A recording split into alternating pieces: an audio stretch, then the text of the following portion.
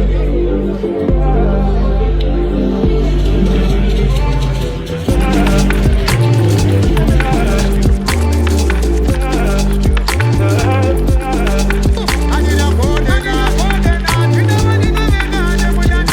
has become known as the 2030 Agenda, but the extension work.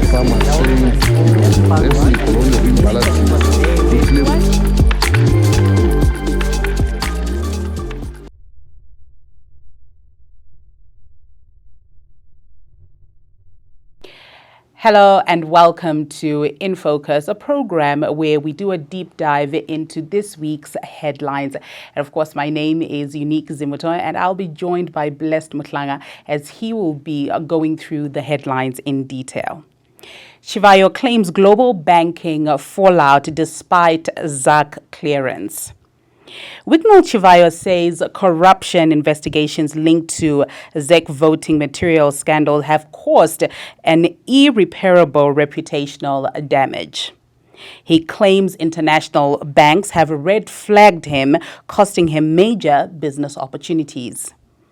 ZAC has publicly closed its probe, saying no link has been established, but South African investigations may still be active.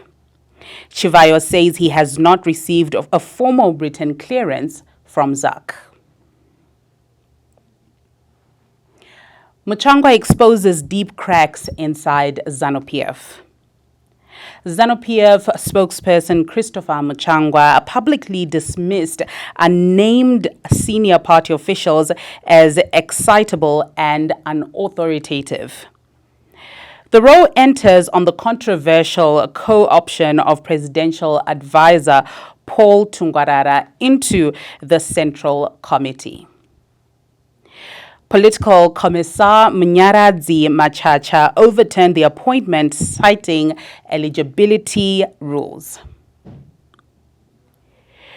Critics point to inconsistency. Similar rules were ignored when Kudakwashe Tagwire was co-opted.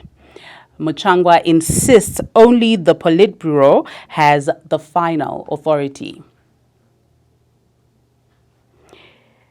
The big issue is around factionalism and discipline, and who really speaks for the party. Zimbabwe and South Africa sign a social development pact. Zimbabwe and South Africa have signed a landmark MOU focused on social protection and poverty reduction. Areas include youth empowerment, child welfare, disability inclusion, and drug abuse response. Government says economic growth must go hand in hand with strong social policy. Zimbabwe's challenge is that it's limited to its social protection coverage, especially for informal workers. The big question is, will this pact translate into real funding and delivery on the ground? Government backs down on gold royalty hike. Finance Minister Mthuli Ncube has scrapped plans to double royalties to 10%. Gold royalties remain at 5%, cash withdrawal levy and withholding tax on foreign loan interest removed. Decision follows the pressure from MPs, miners and small-scale producers. Mthuli Ncube admits widespread arbitrage between large-scale and small-scale miners. The big discussion will be around policy stability versus revenue needs in the mining sector. The court has blocked AMH and Faith Zaba bid. At Harare, magistrate dismissed AMH and editor Faith Zaba's attempt to quash criminal charges. The case stems from a satirical column accused of undermining the president. Court ruled the matter should be tested at trial, not dismissed at preliminary stage. Defense arguments on satire and free expression were rejected for now. The big question is press freedom and satire and criminal law in Zimbabwe and their big relation. Chimombe and Pofu take fight to Supreme Court. Convicted businessmen Mike Chimombe and Moses Mpofu say they will appeal their fraud convictions. They are serving 12 and 15-year sentences over a 7.7 United States million goat tender scandal. Both have been transferred to Chikurubi Maximum Security Prison. They believe a different court could reach a different conclusion. OK Zimbabwe chairman steps down amid deepening crisis. Herbert Nkala has stepped down as OK's chairman as the board is being reconstituted. The retailer is battling over $30 United States million in debt and declining revenues. OK plans to sell more properties to raise liquidity. Stock shortages persist due to the supplier constraints and weak cash flow. Thank you so much for joining me for these news headlines. We're now going to cross over to Blessed Mhlanga as he takes us through these headlines in detail.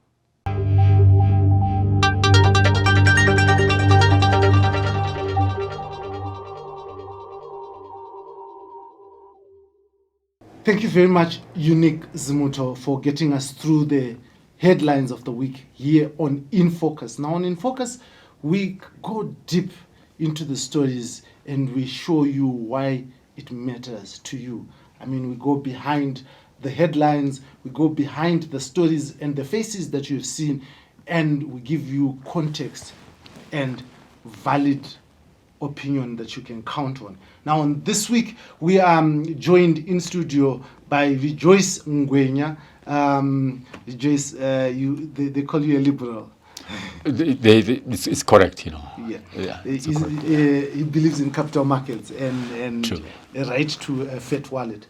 And I'm also joined by my former workmate and colleague who is now mostly in the civic society space, dealing with legal issues. Not that he's a lawyer, but he deals with legal issues. He deals also with issues around governance in Parliament. Paida Muzulu. Thank you very much, Paida, for joining us. Thanks, Blessed. Beautiful.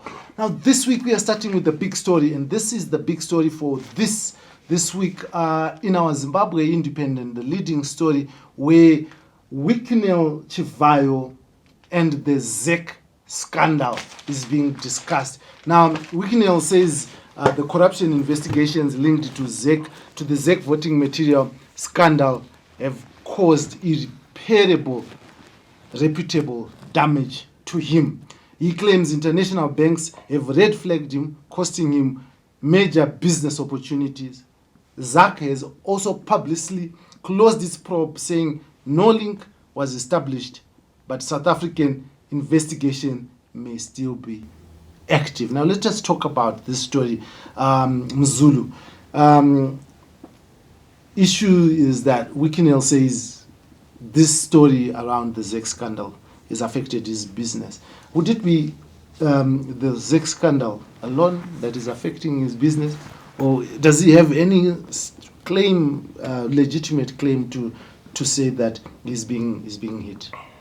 The most important thing for any businessman is to appreciate the fact that your reputation, your integrity is everything. So once, whether wrongly or correctly, you are alleged to have been involved in corruption, it red flags everyone wants to talk to you. And in this instance, we think there is a prima facie case that something which was not very clear happened when ZEC procured the election material for 2023. And any easy reference or any easy research on what the equipment which was bought could have costed how much, and the amount which ZEC paid shows something happened somewhere. Yeah. Now, Rejoice, let's talk about this. he just talks about, says corruption investigations linked to ZEC voting materials. It doesn't talk about his own audio leaks, the manner in which he buys and donates cars. I mean, even we have never seen even the likes of Aliko Dangote, who's one of Africa's wealthiest businessmen, who has traceable business dealings, being so extravagant to this extent. Yeah, look, I think Pada is right in the sense that if you are a business person, you need to be sensitive to what the market, whether it is the political market, the social market, says about you. But remember that Dara, the issue of the link between ZEC and Chivayo was not a result of investigative adventure. It came from his former business colleagues, through that audio that you're talking about.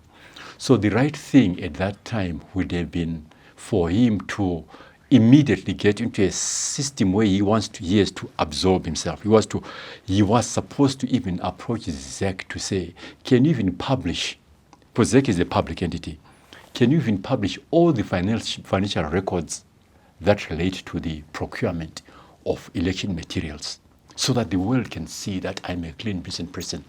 So the instinct to say, oops, I am innocent, this is a false allegation, and ZEC also worsens the situation by being a bit opaque about this business deal. Then, we have the Anti-Corruption Commission putting it publicly that this man is innocent. We have not seen the Zimbabweans have not seen the records, the financial records of ZEC. It's a public entity. So I think it was inevitable that at one time or another, Chivayo's business, interests would come under scrutiny. What business interests are these? I mean, someone would want to ask to understand, because even as these allegations have been going on, we have seen him taking pictures with the Tanzanian president. I think yesterday he had a picture with him standing with the Kenyan president Ruto. And you would think that it makes if whatever business claims he has, they look to be flourishing. That's true. I mean, maybe before you even jump in, the challenge that we have with Chivayo is his appetite for publicity. And it actually drags him into the social media, these informal networks of speculation. But you ask a very good question. I mean, he doesn't have a company that is quoted on the stock exchange. He doesn't have a factory. We don't know how he makes his money. So it means that his system of doing business, whatever he's doing, is one that attracts attention to him. And but at this stage, we can only say these are allegations until there is sufficient evidence that incriminates him. Paida? It's quite interesting that we know of one of his companies, Intratrek, which is into solar. But let me hasten to qualify this. Intratrek got a huge contract, close to 100 million. They were paid 5 million upfront by the government of Zimbabwe, and they've not done anything. This is the Gwanda project. Yes. Yeah. We also understand that he has these other companies. We are not so sure whether they are only shelf companies or properly running companies. Yes, he has huge offices, but honestly, this guy survives on getting big contracts. How he gets them is something very interesting. Probably what's needed, and we know our procurement regulations in Zimbabwe. There should be adverts. People should respond to the tender. They should do the tender processes and what so forth. Those who are aggrieved, they should complain, and there should be education and what so forth. But in this case, most of the time, all his deals do not go through the tender. He just signs. No, but we don't know that, Paida. No, we know that. ZEC did not advertise the tender for material, did it? There's no record. Because it should have been published in newspapers, it should have been published in the Government Gazette. There wasn't that. We understand, yes, there is a clause within the procurement regulations that you can procure directly if it's the only person who has that thing. But in this case, why was the tender not floated international and South African companies could have participated directly? Why should we go through an intermediary? He doesn't produce that material. He had to buy it from someone. So this points to the Electoral Commission, to PRAS, who have failed to do their job. And let me put it bluntly. Section 298 of our Constitution, which speaks to public finance management, that there should always be transparency and accountability in the use of public funds. So we needed to have seen a paper trail, and that paper trail was not there. Now I want us to go to our second big story that was that made the headlines and grabbed the headlines. Nelson Chamisa promises he's going to be launching something next year. Now, he didn't talk about launching a political party, but he said he's going to go big. In fact, he just said, we're going to go big, kunenge kune chapati. Let's talk to this. What are people of Zimbabwe expected to think, given the history of the opposition in the past? Well, look, I mean, gentlemen, you and I have been to funeral parlors before. And we know that there are chaplains in the funeral parlors who talk nice things about death. You're going to go to heaven and you're going to meet Christ, walk on the streets of gold. Because they dwell on hope. They make death almost romantic and sexy, right? True. And then eventually they say to you, do the body viewing. You actually see, this guy is in the coffin, he's not going anyway. And you get to Warren Hills and there's a guy putting on blue overalls.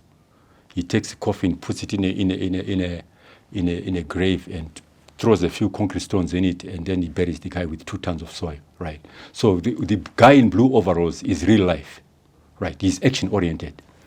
And the guy at the parlor is hypothetical. And that's the Nelson Chamisa scenario. That since I don't know when, he's been talking about the land of milk and honey. Zimbabwe is going to be sweet. SADC is going to do this. We want good governance. It's fantastic, Dara. It's beautiful. The question being, if none of those promises have been fulfilled since he took over opposition leadership, what makes him think that Zimbabweans will believe him this time? Yes, we live in hope, but you are fighting against ZANU-PF. That's an action party. ZANU-PF does things, even if they are wrong. They say, we are going to take land, they take it, they don't care. We are going to give people title deeds, they give them. We are going to be giving our leaders cars, they do it. So you can see there's a difference between the opposition of Nelson Chamisa, which is clothed in nice hypothetical sayings and proverbs and Bibles, and what he's fighting against. And from my side of the story, from my side of the city, citizens are questioning his ability to take on ZANU-PF. Kapaida, your view on this Chapukati thing? It's quite interesting that he chose to make this message just before Christmas. Probably he wanted to bring cheers to the people. But let's look at what are his platform, what are his election platform, what are his promises. There is nothing. So this could be equated to sound, full of sound and fury, but signifying nothing. And entertainment as well. It's very entertaining, yeah. So what we need is, if he's a serious politician, if he's serious that he wants to lead the country, let him come out with his platform. What are the things that he stands for, not the things that he's against? I think in Zimbabwe we are very clear. We are tired of the corruption, we don't want this, we don't want this, we don't want this. But what do we want? So he has to say, what does he stand for? And we judge him against the record. He's not a new politician, for heaven's sake. He has been there since 2004, when he got into Kwazan, replacing Len Mojongo. He was in the inclusive government. He has been the leader of the opposition from 2018 to 2023. What has the local spaces which the opposition controlled achieved?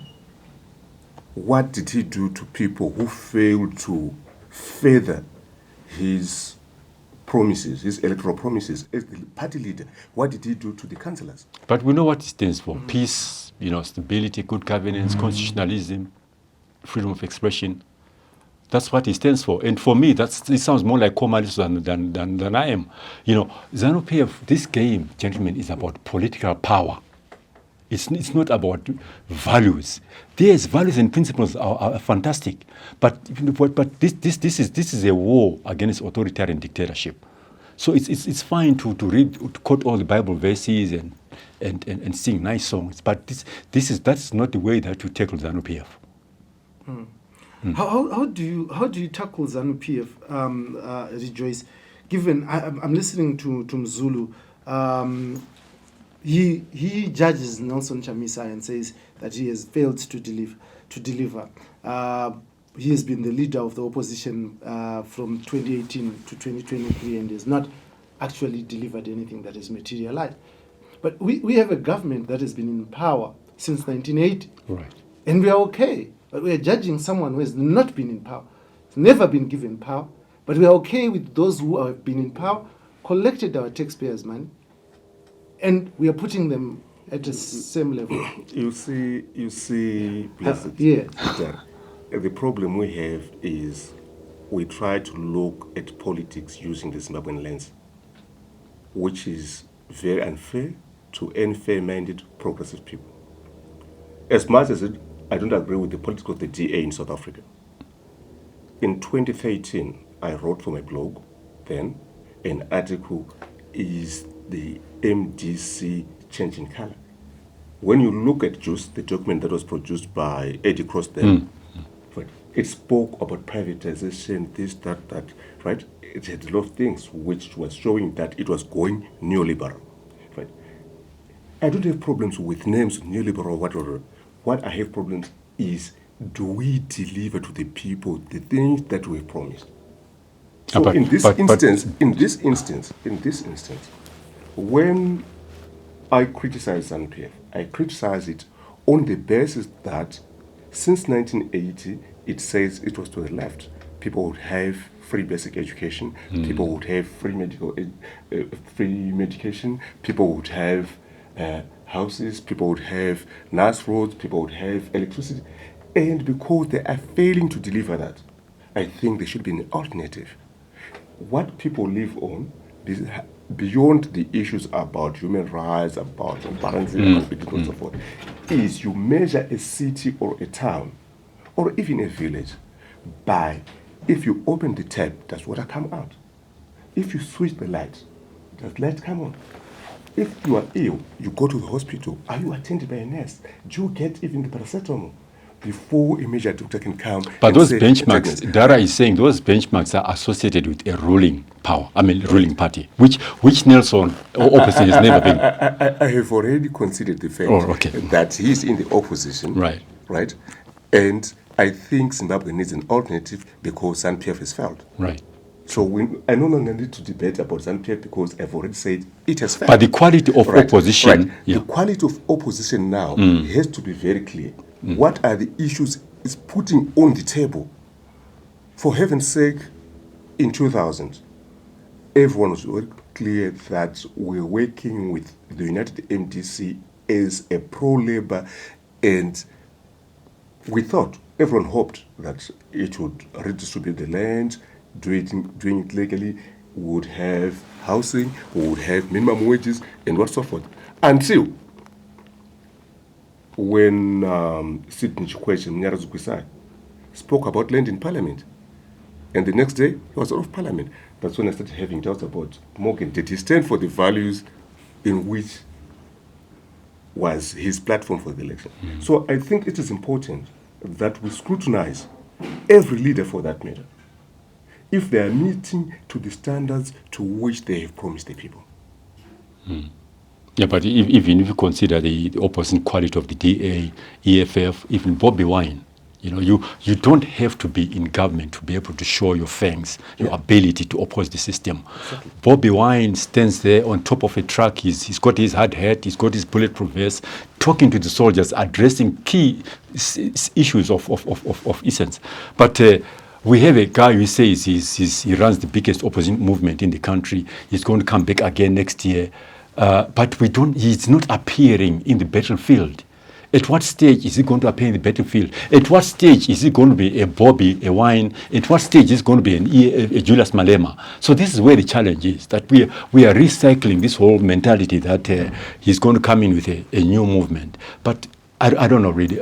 I have doubts, Dara. I have doubts. Yeah. He stepped out of this political space when he said he was leaving the Triple C, and he went into hibernation. And from that time, no one has been able to fill the space. So what are we saying about Zimbabwe? Is it that in the absence, and there are some people who then say, no, Nelson Chamisa should resign and say, I'm no longer into politics, so that others could rise. So this thing, as he comes back, right, as he says that he's going to come back, maybe he's coming back because he saw that when he left, there's a vacuum and no one appears to be able to fill it. I would hasten to remind you that Zimbabwe has one big problem when it comes to politics. We discuss politics of personalities. We run away from what the platforms we stand for. That is why we had 37 years of Robert Mugabe. People in ZANU-PF, until just before the coup, they were only saying ZANU-PF was the only capable leader. Robert Mugabe was the only capable leader. We thought we were behind that after the coup. Comes in President Mnangagwa. I would do my 2 terms. But what do we have now? The ZANU-PF party thinks that all leadership is embodied and contained in one person. Is that true? That they would want him to go to 23rd. Is that true? And it's unfortunate that the opposition, while trying to oppose ZANU-PF, it mimics the same thing, where you put personalities before what you want to achieve. Yeah. And in this instance, most people in the opposition, they still see Nelson Chamisa as the official leader of the opposition. He's the face of the opposition. But they don't want to discuss and scrutinize his leadership criterion. What does he do? How does he achieve things? Even the decision-making within the CC, that we're all shocked when Chabangu grabbed it because it did not have a constitution. It did not have structures that were publicly known. How can you run an institution that wants to run a government without known structures? Yeah, but we have opposition leaders. We have Tendai BT, we have Fadzai Mahere, we have Welshman, we have them. But the question being, do they have the kind of star status that Zimbabweans crave for? The brand leadership that Nelson has. No, they don't. They don't have that magnetic charisma, which is what all citizens demand, that space. So that is the space that is difficult to fill. Just as much as when we had Michael Jackson and he died and nobody has filled that space. So it's understandable. But the question being, so having that kind of respect from the population of 2 to 3 million people, you now have to accept that responsibility and be more realistic in terms of your promises and your structure. So when he says, because many people invested their political future in him, they voted for him. And so they have a right to say, no, we are waiting for him to come back. But what is he coming, in what form is he coming back? That's where the question is. Because as you say this, Paidam Zulu, you say that in ZANU-PF, they are looking at President Emmerson Mnangagwa as the sole leader. But what is happening in ZANU-PF brings us to our other story that we want to discuss. What is happening in ZANU-PF is far from the fact that people believe in this leadership, that there should be this one person. Because in all intents and purposes, Christopher Mchangwa, in his statements, has publicly placed his name in the head. He thinks that he can run this country, he can be a president. We have not seen that level during Robert Mugabe's time. we have not seen such power jostling where a vice president, you know, can stand up at the podium and deliver a message that is completely going the opposite from the principle. And in that instance, I can't agree with you. I can't agree with you, Paidam Zulu, that in ZANU-PF they believe that there can be only one leader. I think it could be that you have misread the history of ZANU-PF. ZANU-PF, like the ANC in South Africa, leadership does not say, I want this position. It's discussed internally, and the names come out from there. That is their tradition. That is their culture. It's a political party. So what Changwa has done is he has gone outside what the tradition and customs of ZANU-PF are. So where does this bring us to? Yes, we understand there will be divergent views. And you should remember, in 1989, when the popular firebrand politician known as Edgar Tegere was expelled from ZANU-PF. He was expelled because he stood up to Mugabe and said, we cannot have one-party state. So these instances have always happened. You have people who try to hold their leadership to account, and they get chucked out. And the system has survived since then. So for ZANU-PF, it has survived all these scars of chucking out people who have gone outside the agreed party position. And now we see when Robert Mugabe was cooled out of office, we continue. Their position is everyone, the unified position is the party is doing this. Even when we know we have different factions behind and so forth. But the unfortunate thing is those who formed splinter organizations from ZANU-PF since 1989, you have Forum led by Dumbuchena, you have Zoom led by Tekere, and all the other political parties that just come.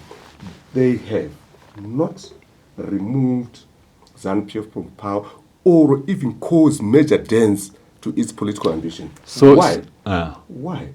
We have to understand and relook what is our politics, who are the So you are saying ED cannot anoint a successor, technically speaking, because of that way it is structured, which is good. Right. Because technically speaking, he could nominate someone, but he cannot anoint, because you remember the very same thing in the ANC 1997, when Nelson Mandela said, "I am not going to stand." right. There were a number of people who wanted to become the top leaders. There was Chris Hani. Chris Hani died. Right. There was now the president, Cyril Ramaphosa. And Mbeki was probably number 3 on the hierarchy. And what happens? Nelson went to party stalwarts. I think Mbeki is a good candidate. He had to be elected at a Congress. So you can influence, but you cannot properly say this is my success. But you talk about people who have been fired in ZANU-PF and stuff like that for disagreeing with the party position. Yes. But in the time of Robert Mugabe, there was no one, even those who were fired, who said, no, you should go. We want to also be in power. Unlike what's happening now. Now there are people who are clear. I think just a few years after President Emerson Mnangagwa became president, there were people who were fired from the Politburo because there were posters that were discovered at their homes that carried pictures of Chiwenga, his vice president, saying he must replace President Idi. That never happened under Mugabe. So this ZANU-PF that you see believes in the power of replacing a president at the top. This is why you have this discussion about 2 terms and stuff like that. This is why you have press conferences that are contradicting every single day. In this past conference, Chris Mchangwa had to go a step further where he said, I speak the mind of the president. Now, he's a spokesperson of the party. not of the president. But he said he speaks the mind of the president. He went further to deal with what he called senior party officials who are excitable. Senior party officials who are excitable. And when you also saw the document, the corruption document that was brandished in the Politburo, where the vice president came under attack for that document, where ministers came openly to attack that position of the vice president on the document that spoke about corruption, which brought in names like Kudata Gwire and et al. This scenario only happened in ZANU-PF at the close of President Robert Mugabe's term, where people like Jonathan Moyo openly attacked the vice president, who at that time was Vice President Emerson Mnangagwa. So the history that you're talking about, it looks to me that right now ZANU-PF believes in the power of changing its leader, Right. although they don't believe in the power of removing ZANU-PF from governance. Let me say, we should not look at ZANU-PF as a static political party. It has evolved. It has evolved from being socialist Marxist under Robert Mugabe to full-blown neoliberalism under Idi Mnangagwa. He's comfortable in Zambia? Right. And what does that Not do? quite. And what does that do? What does that do? We have to look at who are the big players in ZANU-PF.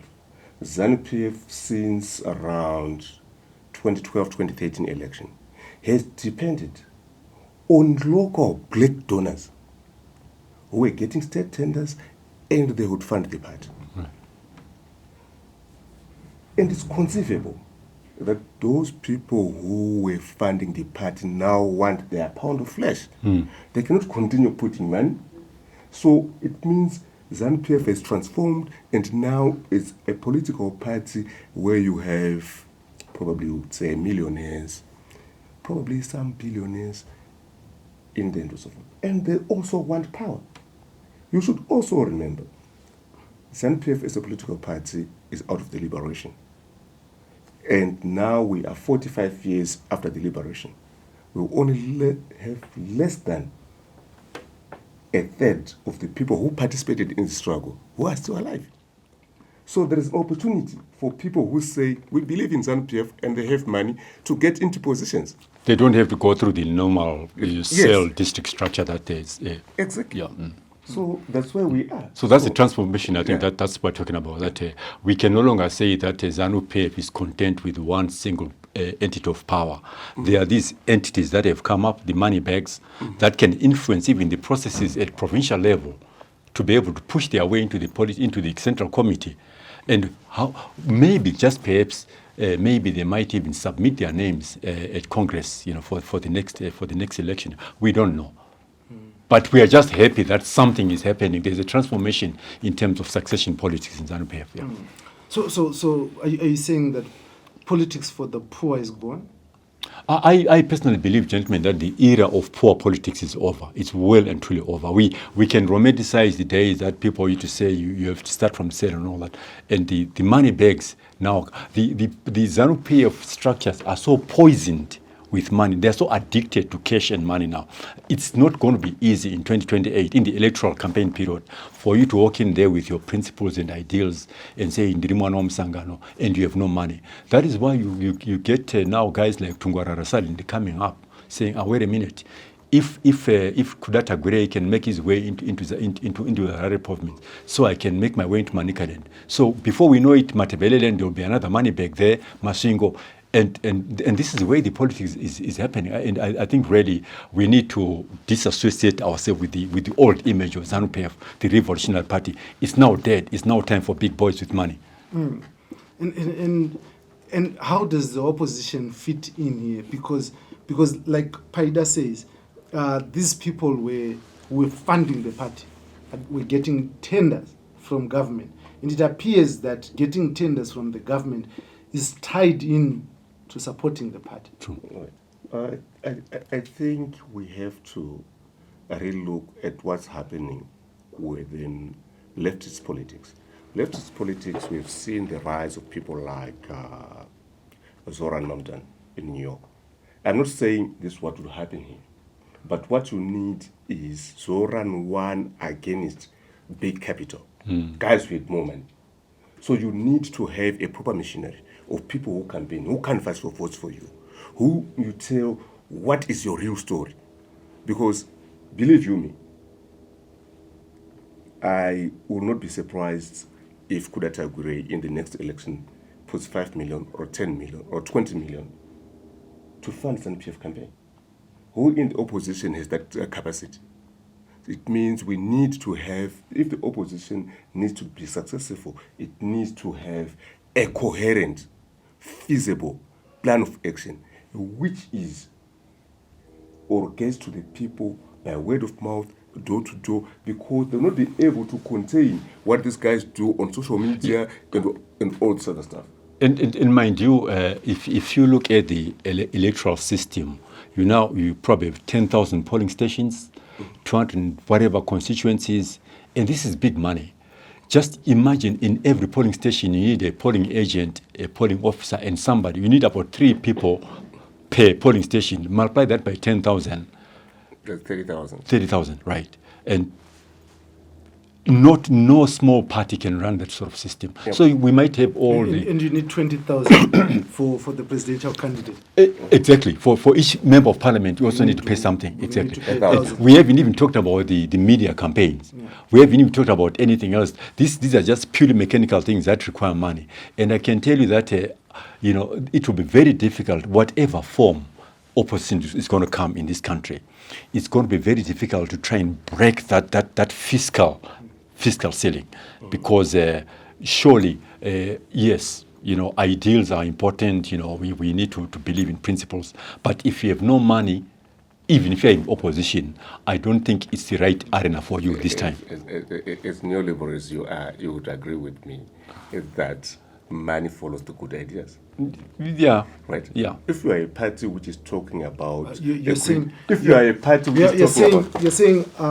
Chivayo has good ideas, money is following No. Okay. You misunderstood me. Yeah. I'm saying, if you are saying you are, for example, you are a green party, you are talking about the environment, the climate, and so forth.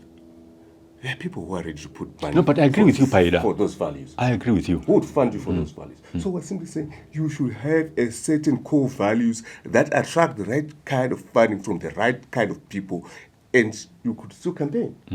That's the point. So it is then right that poverty delays democracy. Yeah. Well, in a way, it sounds very painful. But if you look at the way even the rural folk is manipulated during elections, which is what generally is difficult with the urbanites, you can sense that at a certain time, poverty does affect the way that your political, choices occur.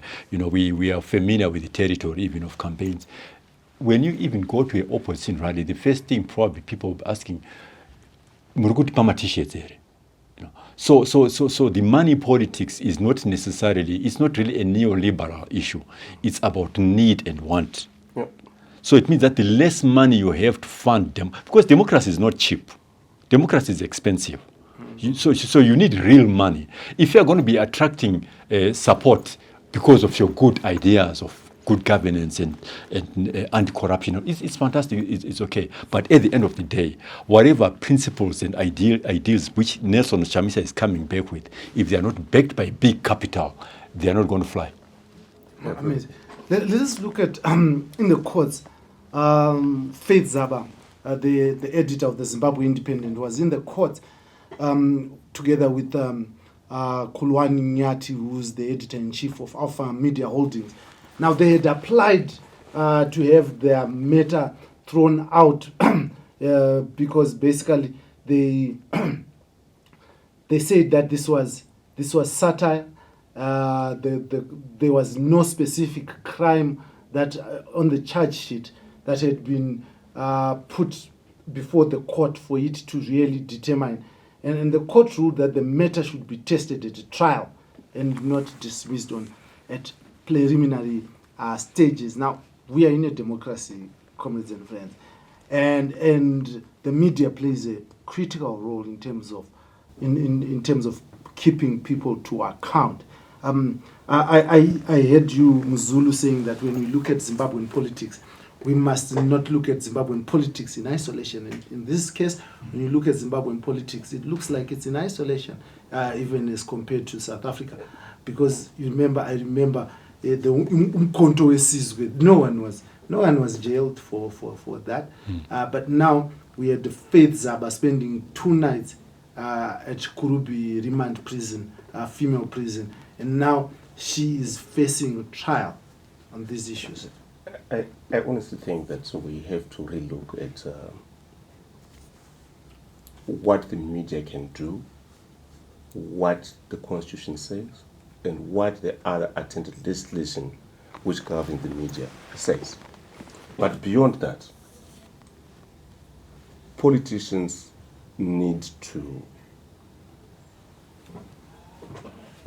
not to be seen to rush to sue or to prosecute the media without first trying to engage them and trying to settle these matters. Because going to court, in my view, is just a question of trying to drain the process, bleed the company financially, because you need to pay lawyers. And you have production time lost, and not so forth, which is a very serious way of... and I think if you look at it the other way, we've all, I think if we're all familiar with the inquiry into when the News of the World was closed in the UK for phone bagging and all this other stuff.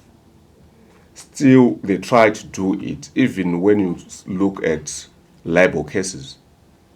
It's very rare for people to get big libel awards because the systems, the values, they value their media, that we should always have a media and they should not be muzzled. But where the media workers are found to have breached certain elements, yes, they should be reprimanded, they should be censured, and probably a modest fine. But it doesn't have to be so brazen, so when you prosecute and persecute people for things that could have, and I wouldn't want to draw inferences to what recently happened. I think you saw what happened this week when Donald Trump, the President of America, has sued BBC and is suing for $5 billion. Right? And definitely we know that, yes, he may have been offended because the BBC edited the interview they had with him and it gave a certain impression. But honestly, it wouldn't say, we could say they should pay $5 billion. Right? So I think these issues are happening the world over. But what is important is what are our values, what are our ethics towards the conduct of media and how the media should behave and how strong do we believe in free speech. These are the discussions we should be having. True. Yeah, because in any dictatorship, of course, I mean, the government in question always wants to make it expensive for the media to criticize it. So incarcerations and false allegations and arrests are going to be, I think that's going to be, they are going to play a very big role. You can even see the laws that are being tempered around it, social media, privacy and so forth. So they're all tailor-made in such a way that even when you criticize the government, they will find a legal nook somewhere to knock up. So it is incumbent perhaps upon us in the media also to be cautious, because we are better off outside prison than in prison. Okay, we can be martyrs and all that, but I think we know who we are dealing with, and it is more important to remain also very factual, so that even when you, in the case of Darabi, when you go to court, you've got the facts that can back you so that you're able to spin your way out. But it's going to keep on happening until 2028.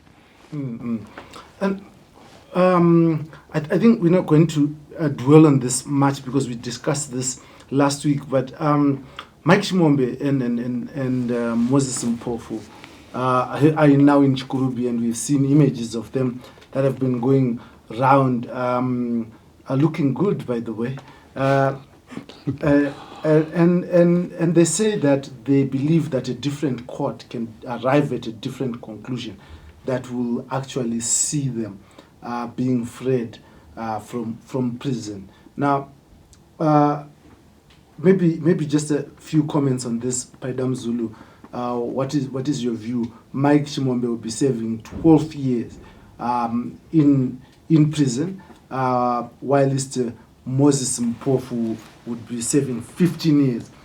And if they restitute 7.7 million, which they it's no longer an allegation, which they stole from government, 2 years will be reduced from their prison sentences. So that means Mombe will serve 10, and Mpofu will serve 13 years. Not much of an incentive to restitution there. If you ask me, if you are going to be in prison for 10 years and then the cost of 7 million is just 2 years, would that make a major difference? I think it is important that we bring this question about corruption into context. Earlier this year, a Karori Magistrate Court sentenced 2 council officials to 17 years in prison for flouting procurement regulations and possibly corruption, and it was only concerning an amount of 79,000. There was no big issues about it because there are, I wouldn't want to say non-entities. There are people who are unknown, right? And I think we have this issue about Mike Chimombe because he's a Central Committee member of ZANU-PF. We talk about Mpofu because he has other control the seat of Harare and whatsoever. And of their association with certain big individuals within the political realm. So I think the question that we should be delving with is, did the High Court prove that they used falsified documents? Did the High Court prove that they were paid money and they failed to deliver? These are critical issues.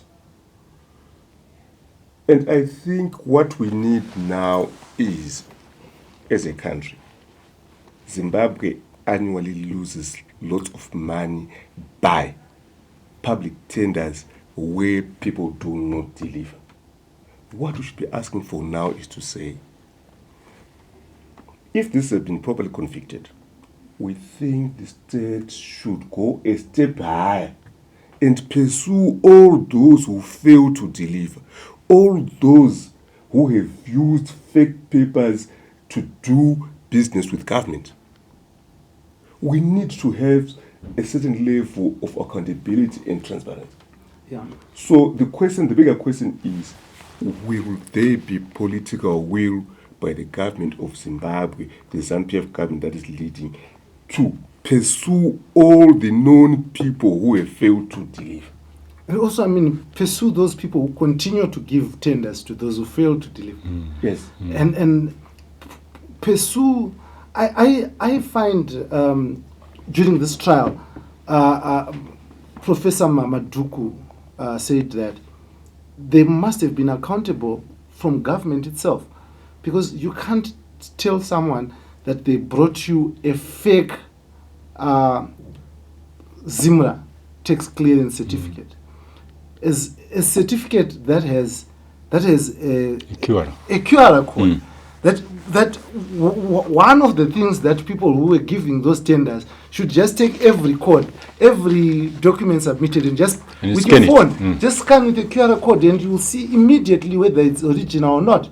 Immediately. That's how corruption works. Corruption does not involve only the person who is bribing. Corruption works because you look aside if you're a public officer when I give you a document which is not true. Yeah. Because you've received something. So what we need is To be able to have- deal with those government Right. officials and the beneficiaries as well. And these are dealt with in different codes, because what happens is we have the PFMA, Public Finance Management Act, which is very clear that permanent secretaries should be accountable for the public money which is given to their ministries. Yeah. But when NHM told it, And because most of the permanent secretaries are appointed on political grounds, we don't see the appetite to follow them and say you have failed to deliver in terms of the Public Finance Management Act, which you have a responsibility to uphold in terms of procurement, in terms of managing public funds within your ministry. and by the way, the parliamentary committee that's also responsible for supervising these guys. And you know what happened to NHM Todi when he said he had evidence that the permanent secretary was taking bribes, but he was dealt with politically. So obviously in our procurement system, in our tender system, guys, there is no decency, there is no integrity. So the whole system really revolves around the nature of government that we have, not the small guys that are in the tender office. Yeah. So we only deal with you because we know that your documents were fake. We'll wait for you until you step out of line. Absolutely. Yeah. It And, reminds me of the joke about Mugabe's black book. yeah. where And in any case, I don't think these two guys are going to spend that much time in prison. First of all, restitution of 7 million, they could literally pay back $60 million in one felling sweep, because we know that they are worth more. So obviously, they are going to pay back the money, and then they will have good behavior. And in the next 18th April, presidential, whatever you call it, they will be out and about. But Joyce, there's not even incentive to pay back that money, because if you are given a prison sentence for 12 years, and the court says if you pay back 7 million, we remove 2 years. Right. I mean, there's no incentive. Yeah. Absolutely. Why would I pay 7 million after spending 10 years? I'd rather just save 12 and Yeah. keep 7 million. But we know that they're also subject to presidential, what to call it, presidential Pardon. Yes. So whatever, legalistic dynamics that are happening behind the closed doors, that's why I'm saying that even if they paid back that 7 million, they could undergo some process of, rehabilitation. It remains to be. Yeah. It remains to be seen. But my fear is the leadership that is there, they don't have the political will to deal with it. True. And I have two examples which I always laugh about when I think about how politicians can get off their friends off the hook. The first one relates to now the Minister of Higher and Tertiary Education, Frederick Shah. Before the ink could even dry on the judgment that he should serve for his Willowgate scandal, he was already pardoned. And the late Central Intelligence Operative from Kanengon, when he was charged and convicted of shooting Patrick Kombai, before the ink could dry on the judgment, he was out. So if these guys don't get a presidential pardon, would understand that it had political interest. There is something that these guys did to the politicians. If they get out, would know that they weren't their own men, they were a front for someone else. So whichever way, would understand what happens to them from now on, would make us understand how our system works. Who gets rewarded, who gets punished. Yeah. True. It is instructive, but seeing that they actually spent close to 2 years in remand prison, something that normally is not reserved for those who are in that space that you talk about, Paida. Let us talk maybe to our last and very important aspect here.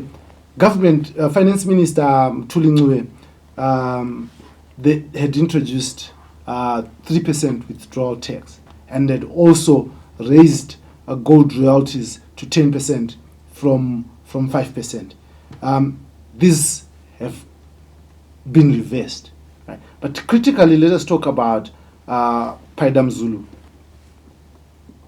You work with an organization that looks into parliamentary debates, looks into laws, bills that are passing through or being passed in parliament, passing through or being passed by parliament.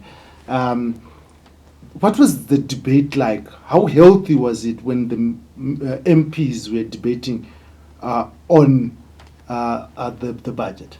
Yeah, it's quite interesting that the budget is a very technical subject.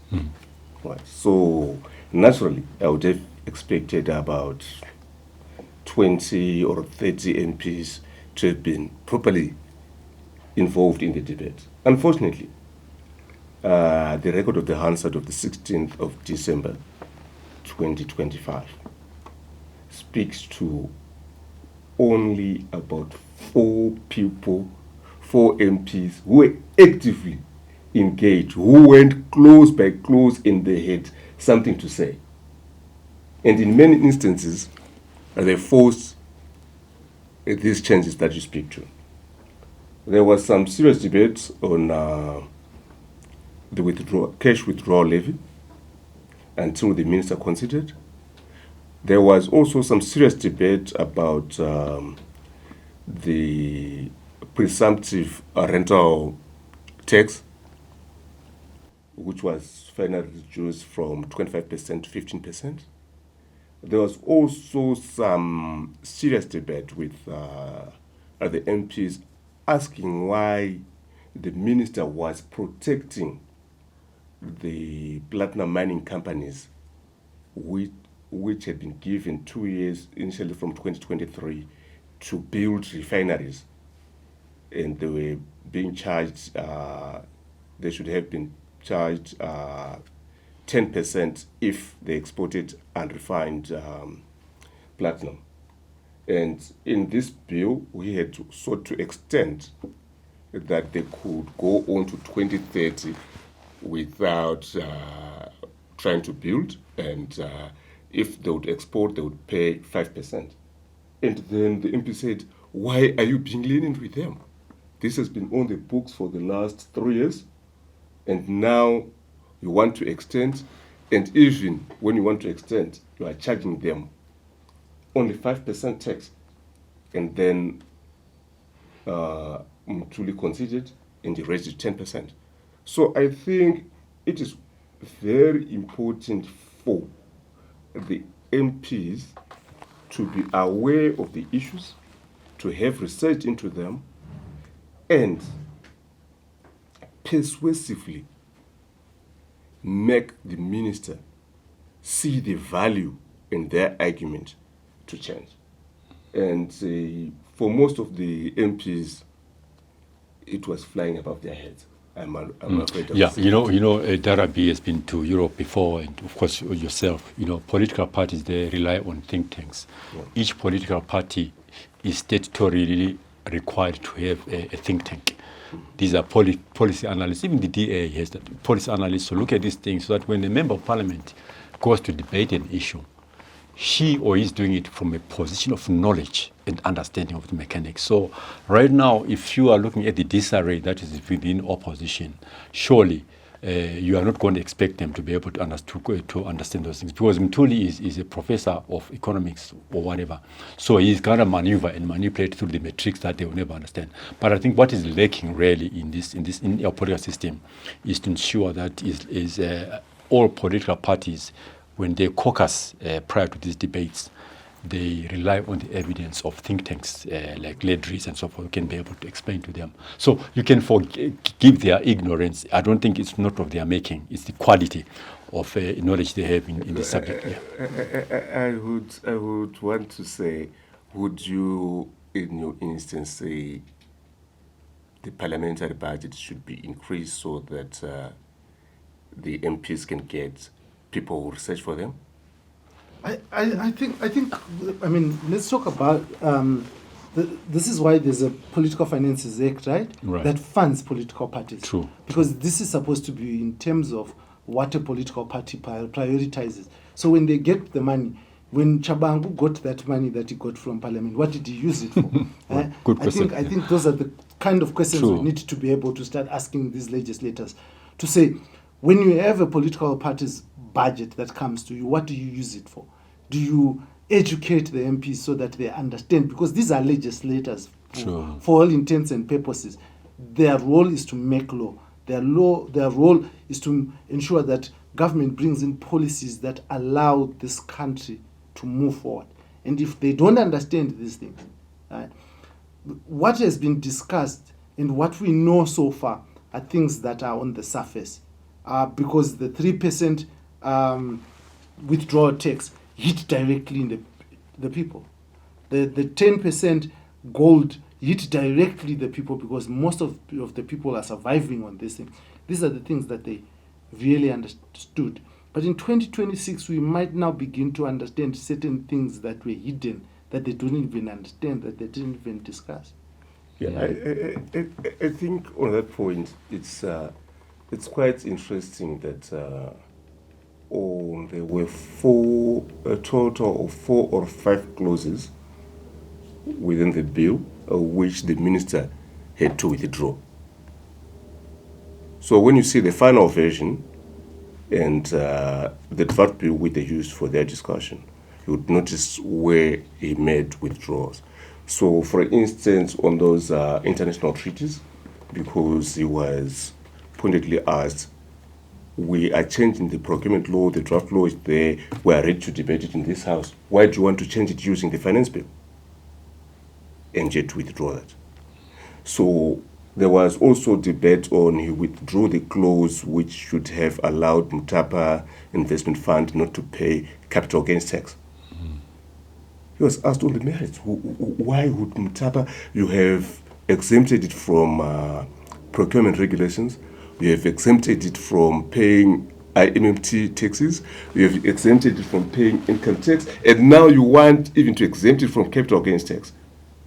You see, the thing was, if it had passed, no one would have known who bought which of the Mutapa properties which would be sold at what cost, because the capital gains tax would be equivalent to the amount, it's proportionate to the amount which would have been paid. So we would have known who bought the government properties for a song.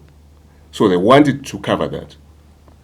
And I'm happy that Mushorua realized that he debated that with Mutuli, and Mutuli had to withdraw that clause, the entirety of that clause. Yeah. Rejoice, let us talk about the effect of the withdrawal of the 3% and the cut of the 10% on the general, on ordinary Wanachi on the street, as BT would say. You know, we have always been told that we know that the Wananchi of Zimbabwe are the most highly taxed citizens on the continent, if not in the world. So any form of withdrawal, any form, whether it's be corporate or capital gains or VAT or it's a welcome relief. But the question being, Darabi, has our government gone far enough to desist and resist the temptation of taxing Zimbabweans? You know, we are Zimbabweans that 8% of our incomes are completely informal.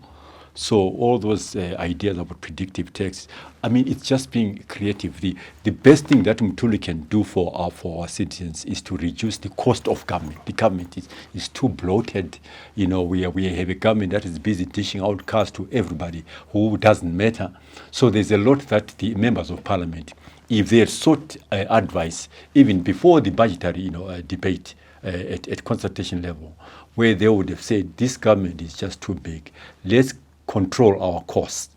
But just responding to your question, Darby, I think it's any reduction in any tax in this country, it's a welcome relief to the wananchi. So the people who are doing these budgets, who are coming with these figures and these creative ways of milking people, are trying to protect their jobs, because once you say let's cut government, True. their jobs are the ones that could be on the line. Is it not? Yeah, it's true, but we have the civil society organizations that can leverage that. That it's common sense that they are afraid of being cut out of government, but we have no choice, because to what extent can you keep on milking poor citizens here? I honestly think that the biggest problem is when we say the size of our government. What do we mean? My understanding is we have a bloated cabinet, a cabinet that does not know what it's doing. Right.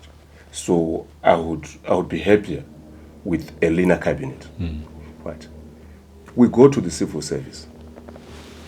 Do we really need, with digitization and what so forth, need all these people who do the clerical works and blah blah blah blah blah blah? Right. So yes, as a country, we still need to have more teachers, we still need to have more nurses, we still need to have more doctors, because they serve the people.